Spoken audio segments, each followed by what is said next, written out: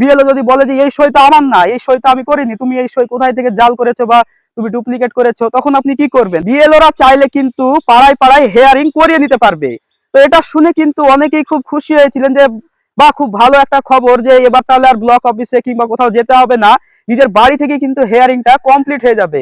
তো তাদের জন্য বলে রাখি যে এটা হচ্ছে নির্বাচন কমিশনের একটা নতুন কিন্তু ফাঁদ, হয়তো আপনারা বুঝতে পারছেন না। কারণ এতদিন পর্যন্ত ব্লক অফিসে হেয়ারিং কমপ্লিট হলো, আর মাত্র কয়েকদিন আছে হেয়ারিং এর, শেষ মুহূর্তে এসে কিন্তু এখন বিএলওদের ঘাড়ে কিন্তু দোষ চাপাতে চাইছে। কেন বলছি এই কথাটা?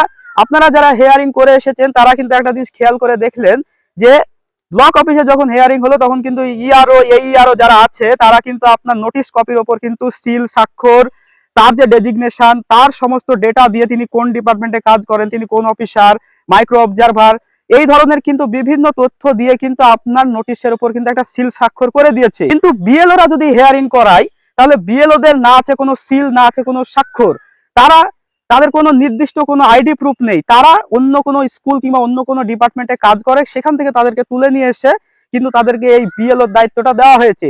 এবার ধরুন কোনো কারণবশত নির্বাচন কমিশন আপনার নামটা কেটে দিল, অর্থাৎ আপনার ফাইনাল যে লিস্ট সেই লিস্টে আপনার নাম আসলো না, তখন আপনি কি করবেন? তখন আপনি কোথায় গিয়ে অভিযোগ জানাবেন? কারণ আপনি বিএলওর কাছে হেয়ারিং করেছেন, বিএলও যদি বলে যে এই সই তো আমার না, এই সই তো আমি করিনি, তুমি এই সই কোথায় থেকে জাল করেছো বা তুমি ডুপ্লিকেট করেছো, তখন আপনি কি করবেন? কিন্তু আপনি যদি ব্লক অফিসে যদি হেয়ারিং করান, তাহলে কিন্তু আপনার একটা যে লিগ্যাল রাস্তা, অর্থাৎ আইনি যে রাস্তা, সেটা কিন্তু খোলা থাকলো। কেন? কারণ নোটিশের ওপর কিন্তু আপনার সিল স্বাক্ষর, ডেট সবকিছু কিন্তু আছে। তাই একটু কষ্ট হলেও আপনারা ভুলেও কিন্তু এই প্রতারণায় পা দিবেন না, এই হেয়ারিং কিন্তু বিএলওদের কাছে করবেন না। আপনারা একটু কষ্ট করে হলেও, লাইনে দাঁড়িয়ে হলেও আপনারা ব্লক অফিসে গিয়ে হেয়ারিং করবেন, কারণ এতে আপনার কিন্তু সেফটিটুকু থাকবে। কারণ কেউ জানে না যে কার নাম থাকবে, কার বাদ যাবে, কারণ নির্দিষ্টভাবে কারো কাছে কোনো গাইডলাইন নেই। তাই একটু কষ্ট হলেও আপনারা হেয়ারিংটা কিন্তু ব্লক অফিসে গিয়েই করাবেন, ইআরও কিংবা এইআরওর সামনে।